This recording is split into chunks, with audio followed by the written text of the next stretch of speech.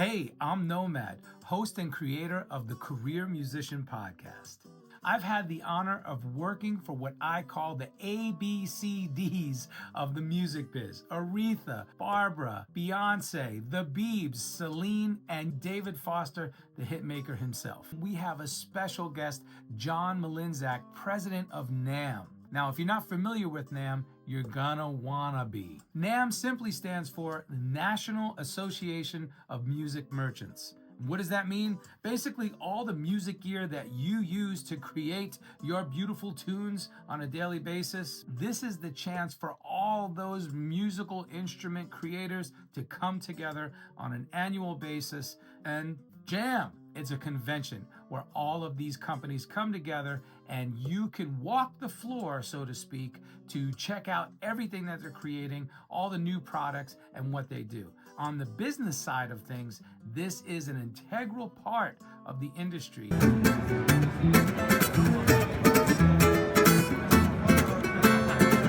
So why is NAMM so important to me? As a guitar player, I started off doing gigs, then eventually tours, and eventually sessions. When you do this kind of work, you need lots of instruments and tools.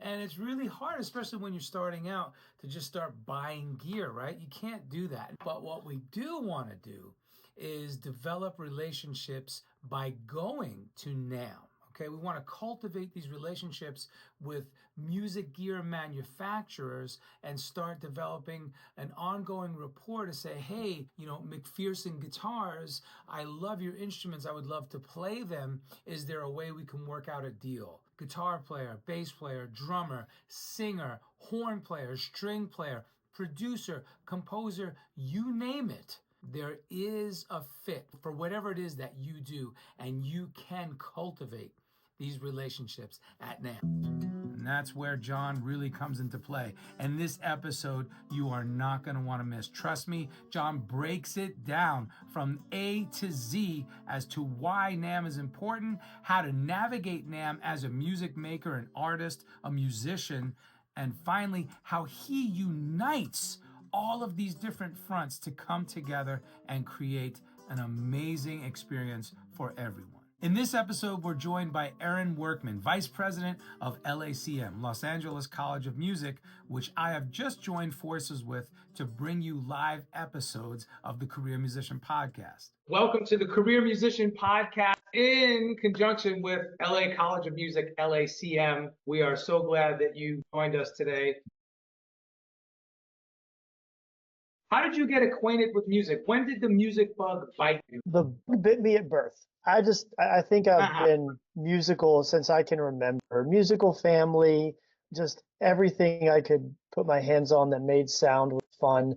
Even as a kid, I always had guitars in the house. Had the piano in the dining room. I was tinkering with little electronic pianos as a kid. I think I just always, even breaking all my mom's Tupperware, trying to be a drummer in elementary school, whatever it takes. So I feel like I've just always been musical and never thought twice about it. I love how you say the bug bit you at birth. It's so true, right?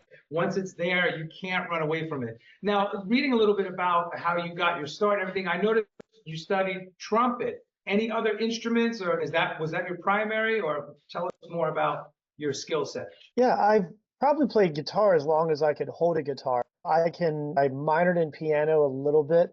I taught music, so you have to play a little bit of everything. As a music teacher, you have to be smarter than a fifth grader on most every instrument. I went through a banjo phase, like everyone does, obviously. So I was a picker and a grinner for a little bit. I miss it. It just takes a lot of time, like trumpet. But trumpet was my professional instrument. I love that, man. Aaron just asked me, did he say banjo? I like how you said everybody goes through their banjo phase. It'll happen one day, students. Don't worry. Your banjo phase is coming. It's actually scientifically impossible to hold a banjo and not smile. Try it. Prove me wrong.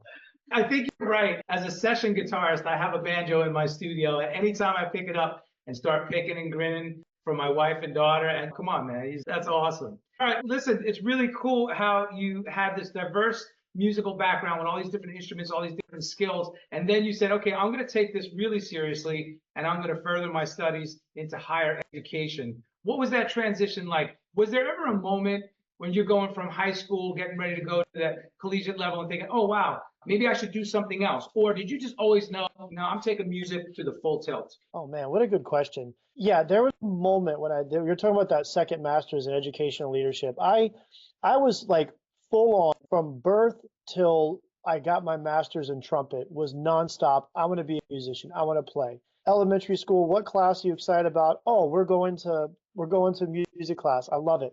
Middle school, what do you want to do for an elective? Music. High school, I never had a choice of an elective in high school. It was music. What do you want to major in college?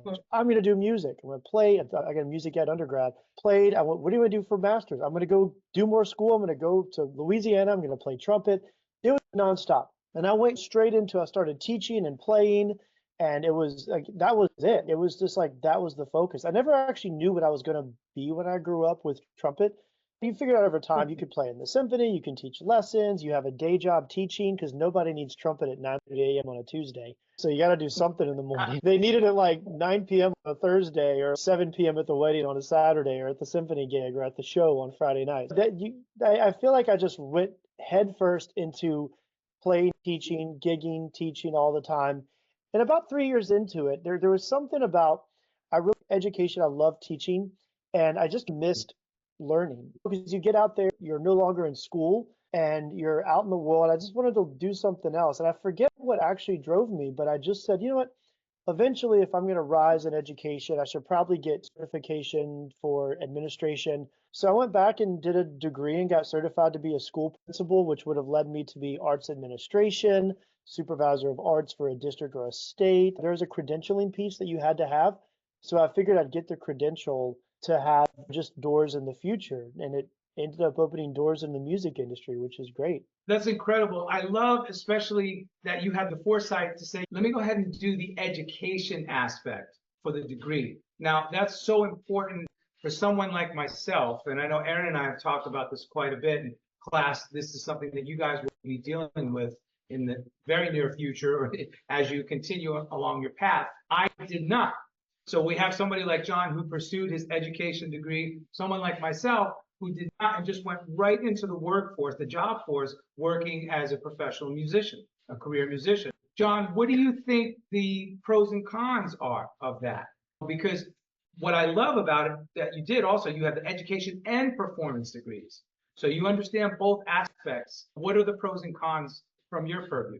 Yeah, it's a really great question. I will say that a couple thoughts here. One is I'm a firm believer that like you have to be a lifelong learner.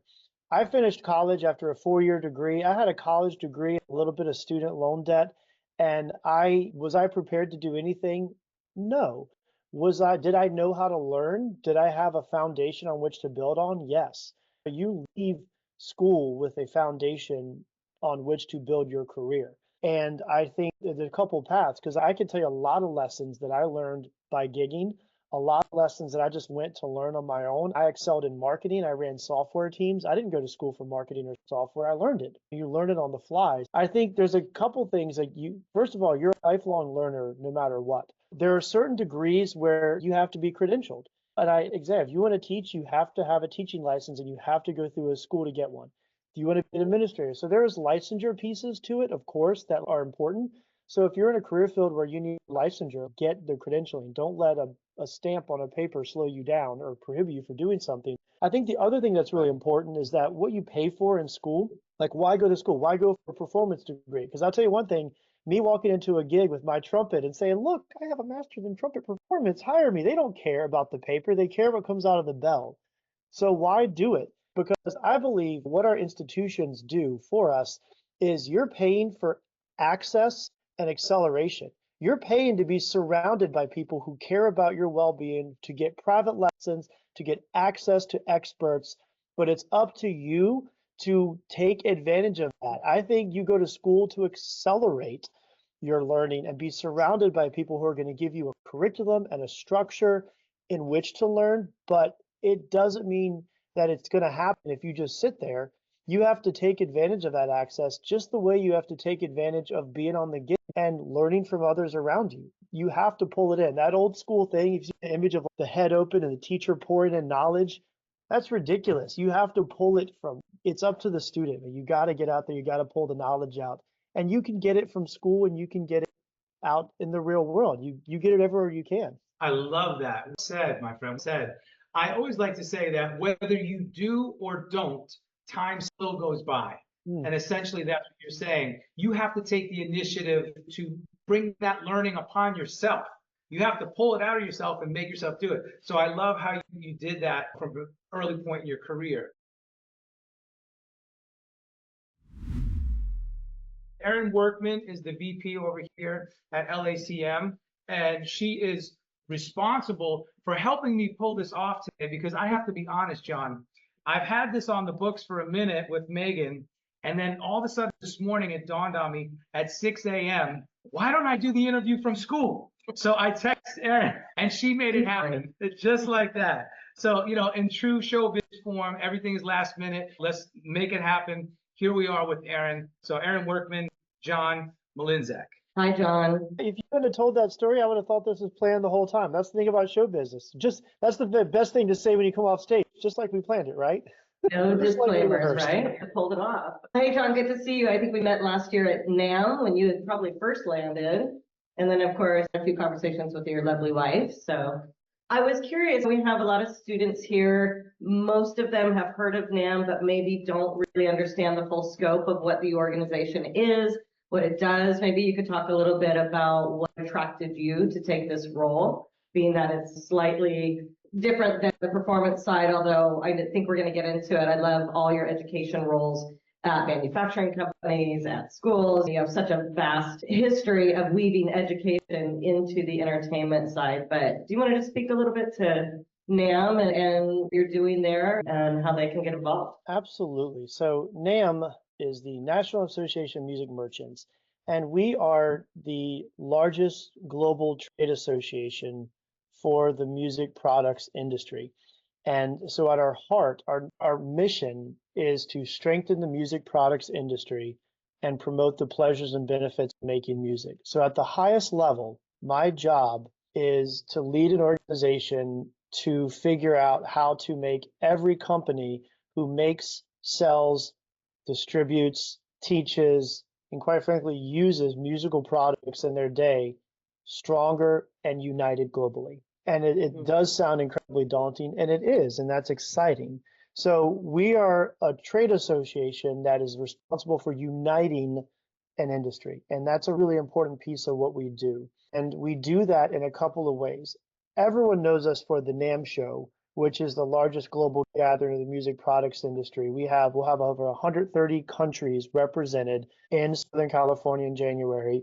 We'll have over 75,000 people, 1,800 companies, 4,000 brands.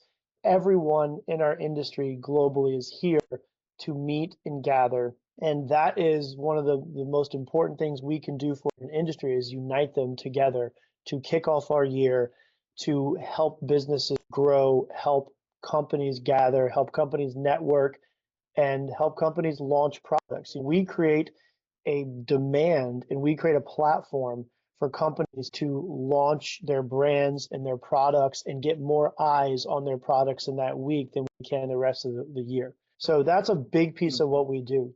The other 360 days a year, we are providing member services to our companies globally. We do investments in reports. I have one here. We've partnered with Forrester on things like insights on AI and customer experience in business. We provide the Global Report, which is a collaboration with 38 other associations that we lead and pull together annual data for music industry around the world. We do reports on what we learn at the NAMM show. I just did a report from a year of global travels. We provide education. We do business services. We look out for business compliance. When Europe has a regulation right now on new packaging requirements for imported goods, we're the ones talking to companies about what those are and how they affect our industry. Our industry uses a lot of endangered hardwoods to make beautiful instruments and have nice resonance. There's a lot of global policy on endangered hardwoods, so we have a coalition of manufacturers that we're working with to ensure that the beautiful Brazilian rosewood that we use in guitars can be used for decades to come. So we do a lot. We do a ton of advocacy in DC. We have a lobby firm in DC we employ. We watch every issue that touches music. We are watching or actively involved in to make sure that our industry sustains. That's the part that people don't see, but we are daily thinking about how to protect and grow this industry. And last and certainly not least, I also sit as president of the NAMM Foundation.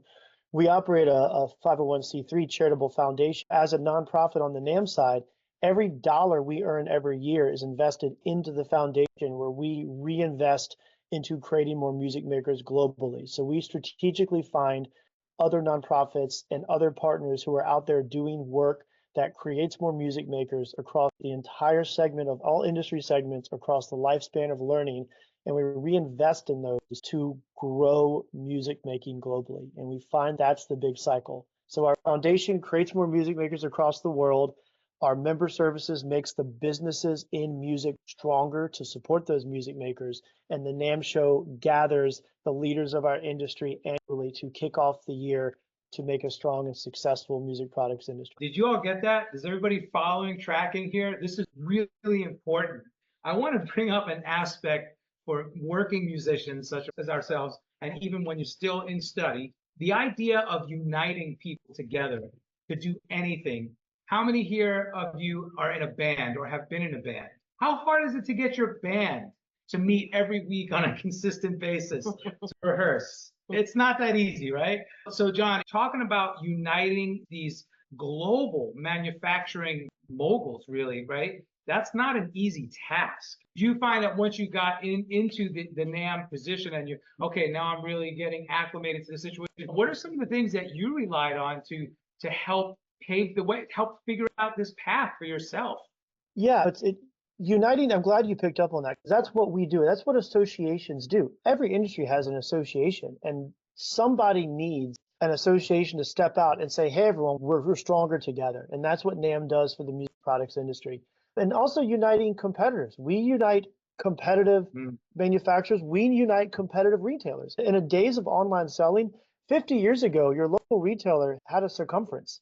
They sold within that radius. They sold within a certain radius. They were like the local person. In the days of online, every retailer is competing with everyone. And we unite competitors. And what we do, first of all, is, again, we are as a nonprofit and we serve, not sell. We operate as a business, but we're not selling companies something in the sense of trying to get them to have an emotional experience, to part ways with their dollar for a service. We are serving the industry on what the industry needs in the moment, and what they need post-COVID is different what they needed 5 years ago and might be different what they need 5 years from now. So it's our job to be in tune with that. And if you do your job right, if you're playing the music the audience wants to hear, if you're providing the services that your members want, life's a lot easier. If you're working really hard to convince someone that they need something, you're not winning, you might not have what they need. And so I think it's always good to look in the mirror a little bit. As far as uniting, that's the thing. You learn this as a musician. This is where you learn. And for me, it was small ensemble work. As a solo trumpet player, I was always right. I love playing weddings because the organ player had to follow me no matter what. I played the bride in, I played the bride out. It's the easiest gig you have because you're right. Playing solo stuff that's all good.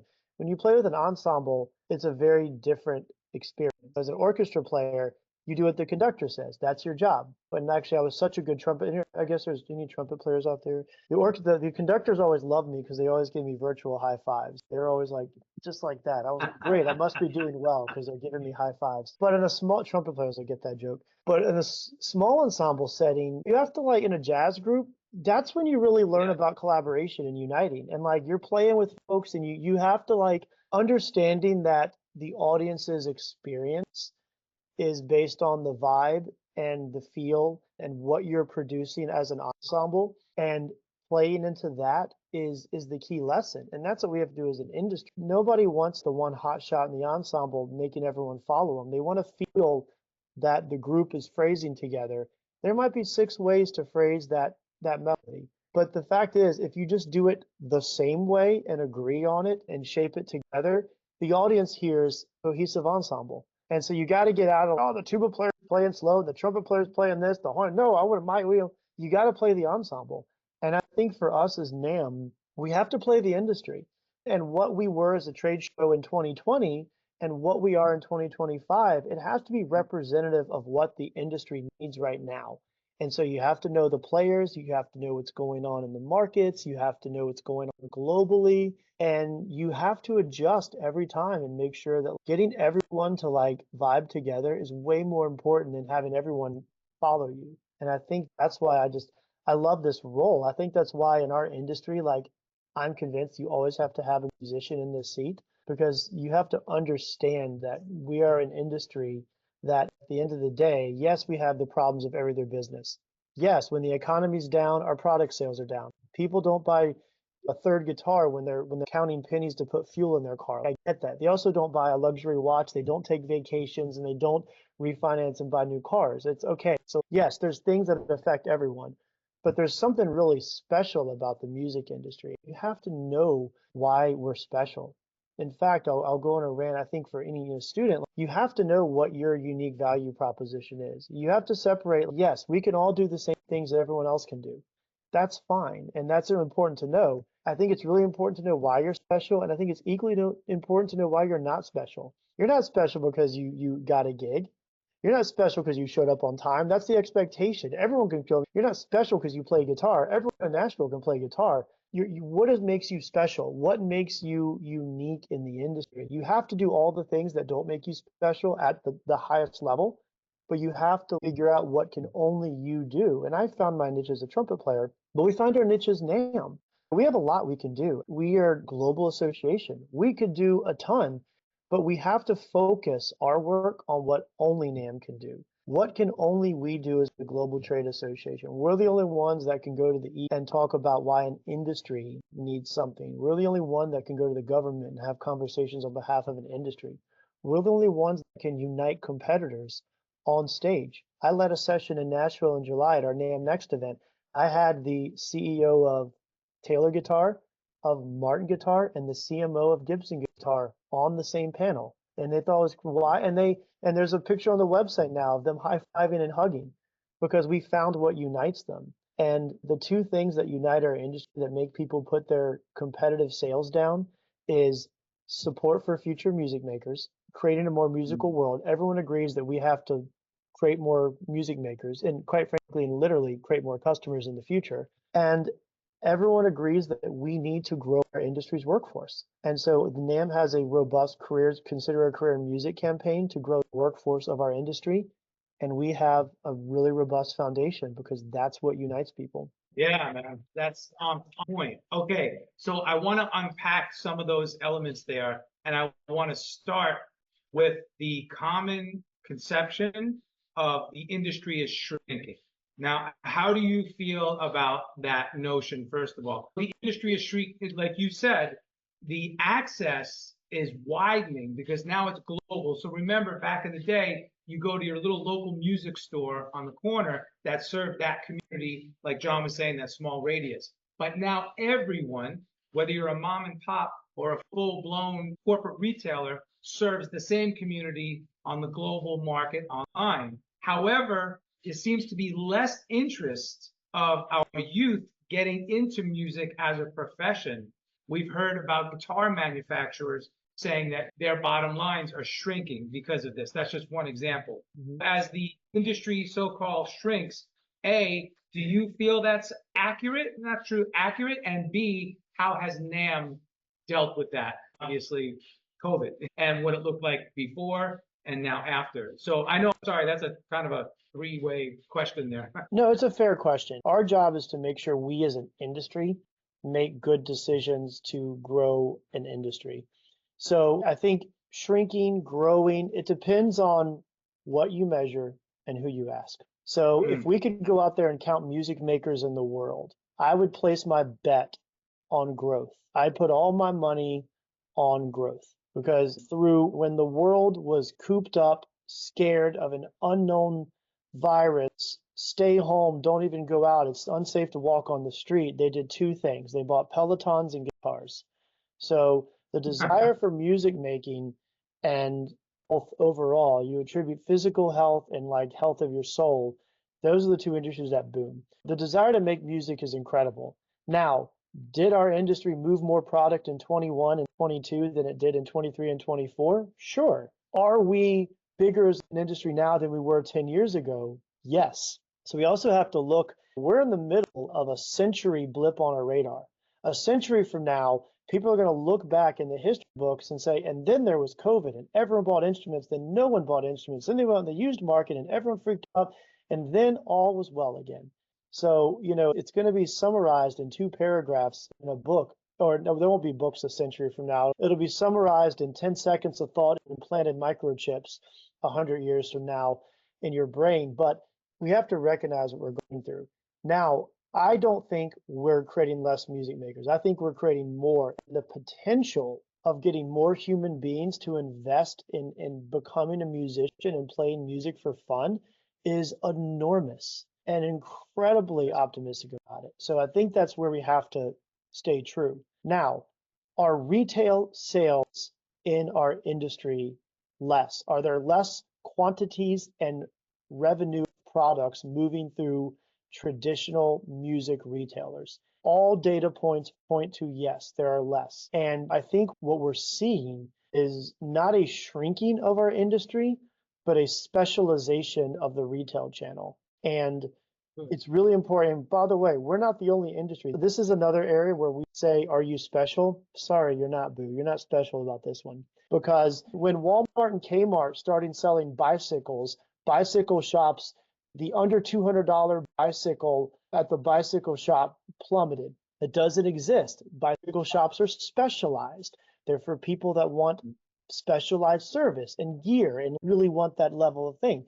I can go on and on. You walk into an auto parts store. You're not walking into Pep Boys to buy motor oil. You're buying Pep Boys saying, hey, I have this part. What is this? Help me. I need specialized service. And you can go industry to industry. Or is the clothing industry shrinking because we don't have J.C. Penney's and Nordstrom's and all those and L&M and all and the malls anymore? No, we have to be careful. Retail, if people post-COVID are going to put on shoes and quite frankly pants to go out of their house and do something, they expect personal service. Our retail channel is providing some of the best specialized personal service around. Thriving music retailers, you can walk in and they will give you service. They know the community, they know you. It's a specialized place. If you want valve oil, you can have it at your house in 4 hours off Amazon. And quite frankly, you might be making that decision. We have to be realistic about what's happening to our retail channel, what consumer behaviors are.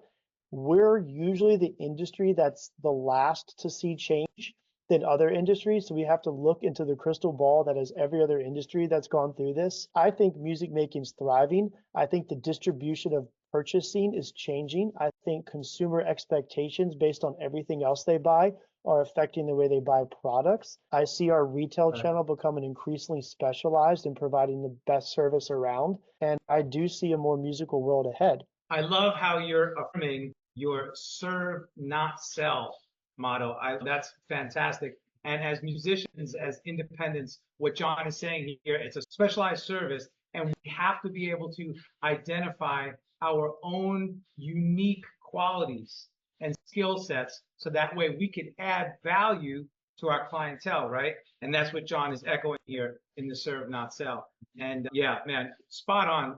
Just really great MOs. I'm going to pass the ball back to Erin. I just had to thank you, John. Some really great information and deepening my knowledge too of NAMM and just historically everything that NAMM has been a part of. And one of the things I wanted to ask you is specific for students. We have this fantastic show coming up in January. What was that, 70,000 attendees last year or something crazy? It was a lot. So we have a couple of panels, and I know that NAMM invests quite a lot in educators in education institutions of music. Is there something specific that you can share with the students in terms of meeting them really where they are right now, moving through an institution like ours that is very focused on contemporary music and building the next industry leaders and really connecting with industry opportunities? What recommendation, just really specific to they're there at the show for the weekend, what do you recommend that they don't do, that they invest their time in, that they try to absorb? Any advice that you might have to give? No, I appreciate it. I mean, I'm happy to give some advice. I will say that recognizing that, again, NAMM, we think decades, not quarters. Our businesses think quarter to quarter, year over year. We think decade to decades. Ensuring that we have students at the NAMM show is key for us. And I applaud you all for coming. Please come to the NAMM show. It's life-changing.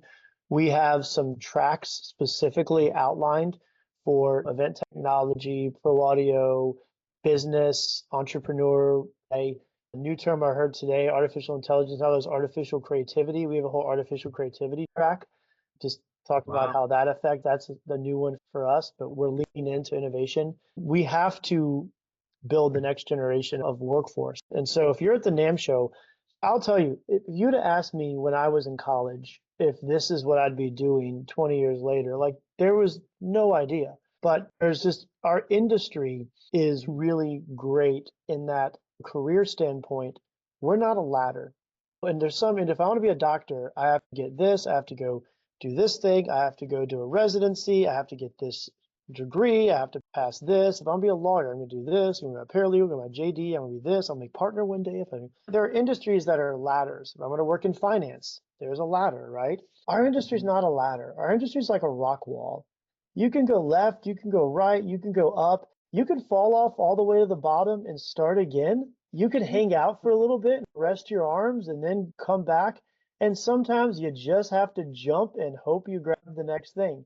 And I think that's a perfect balance of our industry. And the most important thing about our industry being a rock wall is you have to know who is holding your end of the line and supporting you at the bottom, where you can just fall off and start over. Who's going to support you and lead you down carefully? And there, you have to have your network. You have to know who's supporting you. We are a family as an industry. So with that, you're coming to the NAMM show.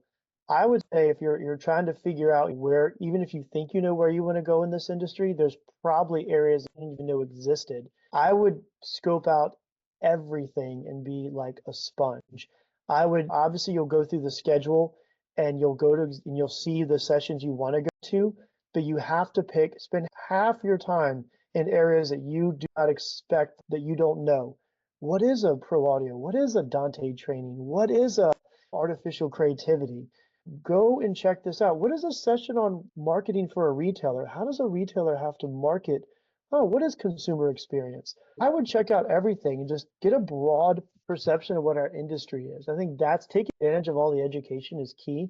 The other piece is, I promise you, the exhibitors want to talk to you. The people on the brands and companies there, you're nervous to talk to them. Oh my gosh, that's Fender. Oh my gosh, that's Roland. Oh, that's whoever you want to see. Walk up to them. If you go up to someone in the booth, find them and say, hey, I'm studying music. I'd love to just any career advice. I promise they will just love to talk to you. And I think having those conversations with the brands out there, because they're there to grow their network as well. And this is not a middle school dance. You have to have brands on the one side and college students on the other, nervous who's going to ask who first, right? I think everyone's waiting on someone to have the conversation. And our industry right now is like hungry, like starving for the future generation to want to come into the workforce. And I promise you, if you go to a company and say, what career opportunities are available at your company? Our industry is hiring. Like our industry is hiring left, up, and down. Product managers, marketing, finance, education, you name it, luthiers. You could do it, software developers, anything. Our industry is hiring in all segments. Talk to our people. They want to hear from you. There's opportunity. Even if you feel a little awkward, there's opportunity there. You got to break through that feeling and connect, because it's about relationships. John, that was on point. Thank you. Yeah. And I would just reiterate for students, we always talk about that part of this journey is you learning how you fit into the ecosystem of the music industry, right? A lot of times if I'm teaching publishing class or licensing or whatever it might be, it's really understanding all the players in the industry and how important you are, you personally, to the ecosystem. So I'm really glad you said that, John, because I think it's easy when you come and you start to study and you start to meet industry folks and you start to be in these environments that it's easy to see yourself as on the outside looking in or looking up to somebody who has done something before you, instead of seeing yourself as completely ingrained in the ecosystem, if that makes sense. So I'm glad that you reiterated how important it is and how hungry companies are to meet all of you and to serve all of you in the creation of music. Thank you, John, for that. I really appreciate it. Absolutely. Yeah, and I think now, John, if you're okay, we're going to open it up to the student body for some Q&A. Hi, my name is Alex Rennie, study base here at LSU. And I was curious, as a musician that has gone into the workforce as a manufacturer, when you're looking at different companies that are coming up and they have something that's innovative or something that's pretty cool, what's the process of bringing them on and like, the best way to support them into NAMM or just like around global manufacturing? A good question, because every company, so your company has an innovative product, and our industry is interesting in that if we're in consumer electronics, innovating is expected and easy, like everything. I mean, Apple, new button, so there's always innovation. Bass guitar has 4 strings. It's tuned a certain way, maybe 5, 6, or 7, but for the point, you're going to change the tuning of a bass guitar. You're not going to move the position of the frets. So there's an expectation of innovation and new and exciting, but there's also a tradition. How much are you going to innovate an acoustic piano? And I think that's always the challenge. So it's fascinating because our companies are so incredibly creative in what they're trying to do to get ahead, innovate. On the guitar world, a lot of it is there's the luxury side, the way it looks, the grains of the wood, the special nature of it. There's a lot of things we're doing with pickups now. I see some innovation happening with the way pickups are working, so you get different sounds there. Obviously, we have pedals and pedals that sound like pedals and pedals that emulate pedals that sound like pedals, and that whole world.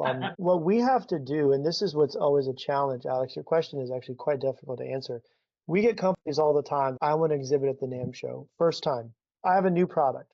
What is it? It's a brand new bass guitar. What does it do? Oh, it's got double secret with extra low hum, and it's got this type of special swamp ash with this type of coating. Oh my gosh, that's beautiful. I love it. It's great. There are 100 other companies out there fighting the same battle. So how do we give them platform? What we do is we have to create a platform where we create the conditions for success for that company. From a trade association and an antitrust point of view, we're not recommending companies. We're not promoting who's better. That's not our lane. But we actually work as more of a concierge service to work with companies to say, who do you want to hear? What is your experience? And we try to cater the experience to each company. Each company, the way we operate as a service organization, because from a business standpoint, I might have 100 companies all launching a similar product that want the most from NAMM. So how do you do that? You give them all really personalized service. You talk to them. You don't give them, here are the sponsorship options. They're selling out. There's only 3 display cases left. That's what the website does.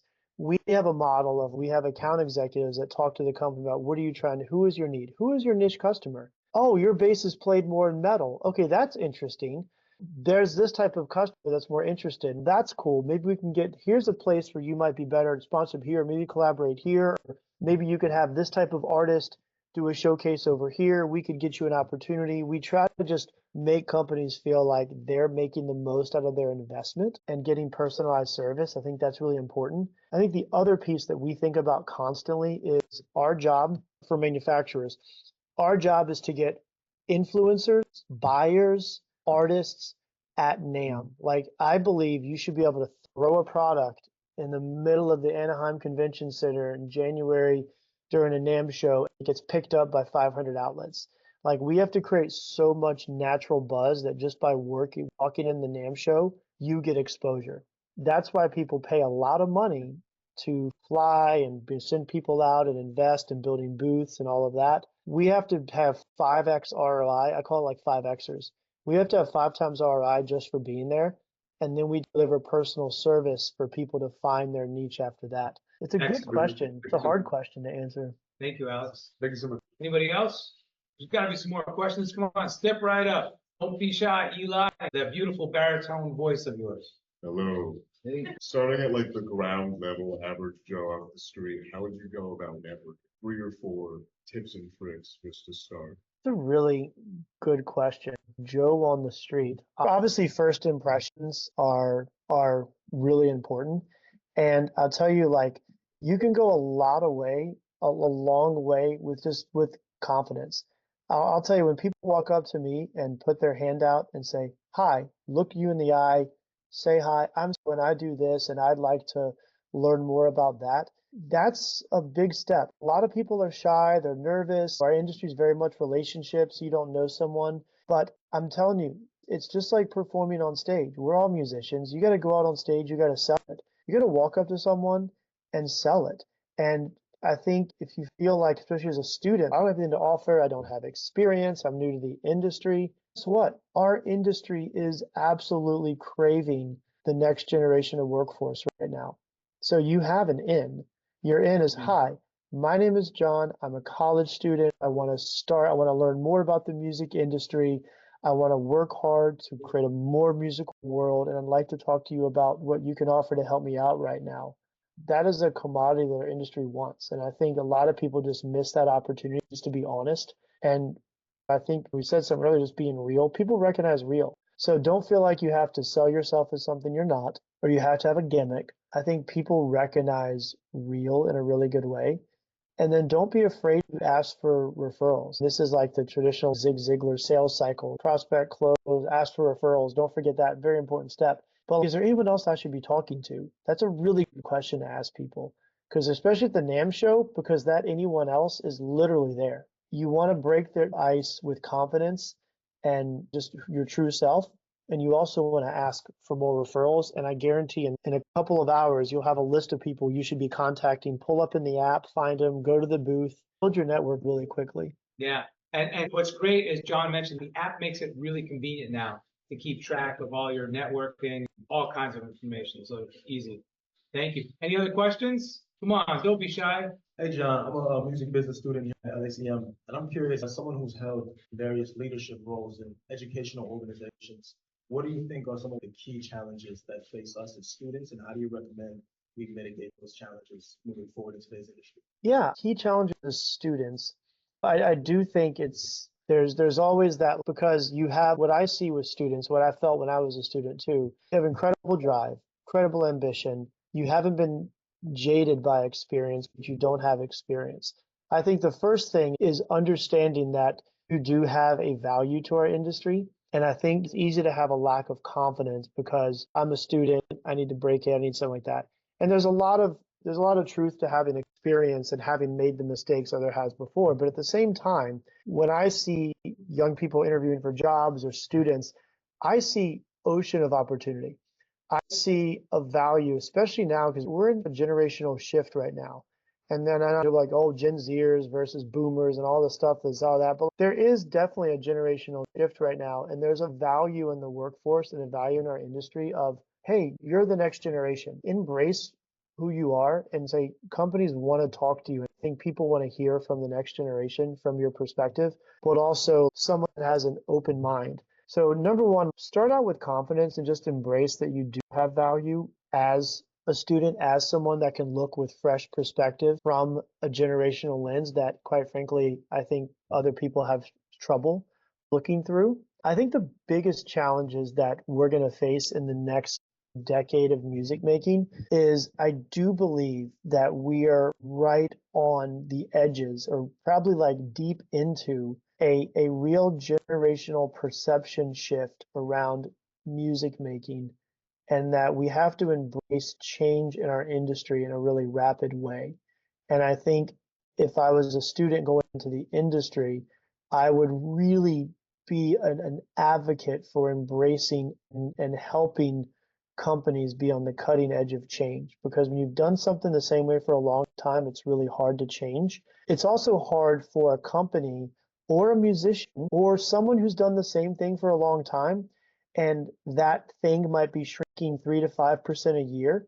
Why make a drastic change? It's only shrinking 3 to 5% a year, but the frog is boiling, and it's hard for people to jump out of the water. And I think as the next generation really coming in with new ideas and thinking about what music making looks like in the future is going to be really pivotal. And I know I'm speaking high level, so I'll give you a couple examples. On the music product side, the way consumers buy and shop is very different. I already touched on it. So understanding from a brand perspective how to get consumers, where brand influence come from, it comes from influencers on TikTok and YouTube and Instagram. That's where brand influence comes from.